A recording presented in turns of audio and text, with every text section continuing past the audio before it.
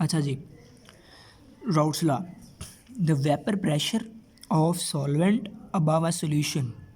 Above a solution का मतलब है सॉल्यूशन के अंदर जो वेपर प्रेशर है सॉल्वेंट का वो कौन है, वो पी है, equal to the product of vapour pressure of pure solvent. Product होता है हासिल ज़रब। ये जो पी है ये बराबर होगा किस किस की प्रोडक्ट के, vapour pressure of pure solvent यानी कि पी नॉट के, और mole fraction of solvent in solution, और मोल फ्रैक्शन ऑफ सॉल्वेंट कौन है, x1।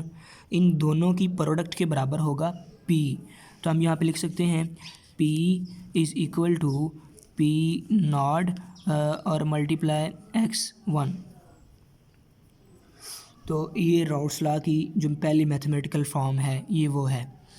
इसके मुताबिक जो P है ये vapour pressure of solvent in solution है या फिर अबव सोल्यूशन है, ये बराबर होता है product of vapour pressure in pure form, solvent in pure form, और mole fraction of solvent in solution, इन दोनों के बराबर होता है। ये चीज़ें जब आपको अच्छी तरह आपने समझ ली हैं ना पिछली वीडियो से, तो आपको इन दोनों का पता चल जाएगा कि ये जो है इन दोनों की प्रोडक्ट के बराबर है, ये क्या क्या चीज़ें हैं दोनों।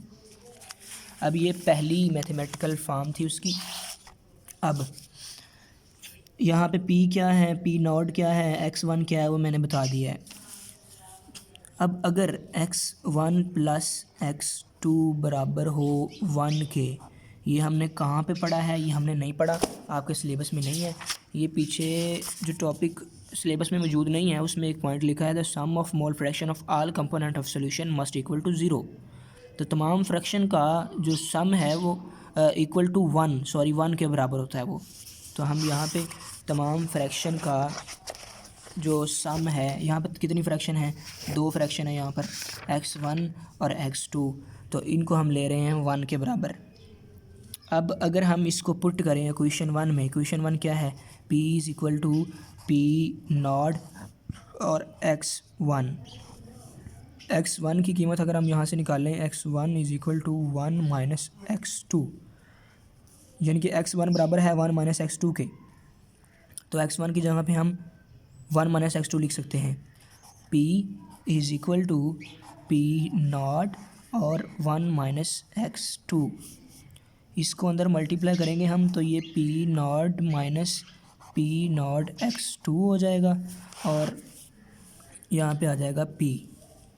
अब आप p नॉट और p को एक तरफ कर लें और ये जो p नॉट x2 है ये एक तरफ रहने दें, यानी कि ये माइनस हो रहा है, इधर जाके प्लस हो जाएगा और p इधर आके माइनस हो जाएगा। तो p naught x2 is equal to P naught minus p। ये p नॉट माइनस p है, p नॉट है प्योर फॉर्म में और p जो है ये सॉल्वेंट का वेपर प्रेशर है इन सोल्यूशन, यानी कि बाद में जो इसका है। तो इसको हम एज अ डेल्टा p ले सकते हैं, इन दोनों को फ़र्क है ना दोनों का, तो हम इसे डेल्टा p ले रहे हैं। Delta p is equal to P naught x2।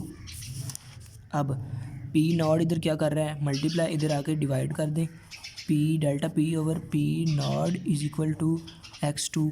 ये हमारी दूसरी मैथमेटिकल फॉर्म निकली है। अब डेल्टा p जो है ये आप इस टर्म का नाम है लोअरिंग ऑफ वेपर प्रेशर। इसे आप लोअरिंग ऑफ वेपर प्रेशर यानी कि तब्दीली जो आई है, जो लो हुआ है, लोअरिंग ऑफ वेपर प्रेशर कहते हैं। और x2 क्या है, मोल फ्रैक्शन ऑफ सोल्यूट है, पीछे आपने पढ़ा है, यानी कि दूसरी जो इसकी है वो है x2 is directly proportional delta p। तो हम लिख सकते हैं lowering of vapour pressure is directly proportional to the mole fraction of solute. ठीक है, अगर हम इसको, ठीक है, ये जो पूरा फैक्टर है इसको कहते हैं लोअरिंग ऑफ वेपर प्रेशर और इस पूरे फैक्टर को कहते हैं relative lowering of vapour pressure.